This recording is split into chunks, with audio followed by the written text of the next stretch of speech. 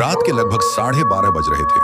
हल्की हल्की फुहारें पड़ रही थीं और दूर तक फैले खेतों के बीच से जाती वह सुनसान पगडंडी किसी डरावनी सुरंग की तरह दिख रही थी। इसी रास्ते से अक्षय को अपने गांव पहुंचना था। बस खराब होने के कारण वह बीच रास्ते उतर गया था और अब उसे 5 किलोमीटर पैदल चलना था। अक्षय ने रेनकोट का कॉलर ठीक करते हुए अपने कदम तेज किए।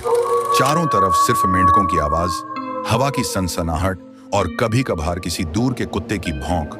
पूरा माहौल अजीब लग रहा था। तभी वह एक मोड़ पर पहुंचा, वही मोड़ जिसके बारे में गांव में कई कहानियां सुनाई जाती थीं। कहते थे इस मोड़ के पास सालों पहले एक औरत की मौत हो गई थी और रात में वह किसी से लिफ्ट मांगती हुई दिखाई देती है। अक्षय ने इन बातों को सोचकर मुस्कुराने की कोशिश की। बच्चों को डराने की पुरानी बातें हैं, मैं क्यों डरूं? लेकिन उसका दिल मानने को तैयार नहीं था।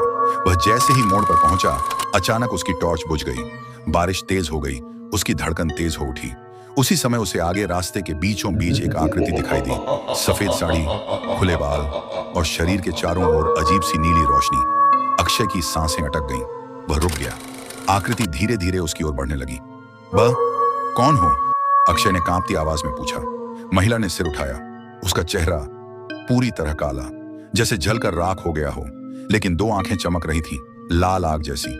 मेरी मदद करो। उसकी आवाज टूटी पर बहुत पास से आती हुई लगी। अक्षय पीछे हटने लगा, लेकिन उसके पैर कांप रहे थे।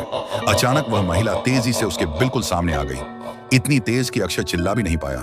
उसने उसका हाथ पकड़ लिया, ठंडा बर्फ जैसा, बिल्कुल झुरझुरी पैदा कर देने वाला।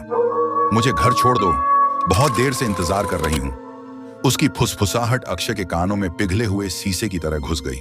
अक्षय खुद को छुड़ाने लगा, लेकिन उसका हाथ बिल्कुल जकड़ा हुआ था।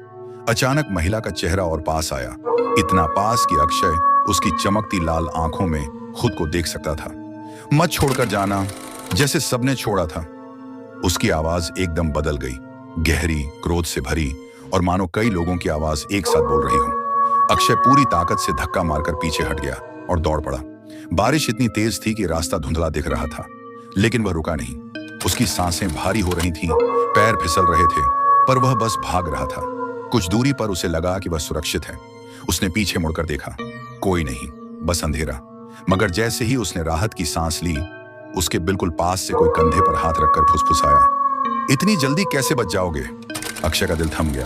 उसने हिम्मत करके पीछे देखा, वही महिला, लेकिन इस बार उसका चेहरा पहले से ज्यादा भयानक था। आधा चेहरा गायब, गले में टूटी हड्डियां और मुंह से काला धुआं निकल रहा था। अक्षय का गला सूख गया, वह कुछ बोल नहीं पाया।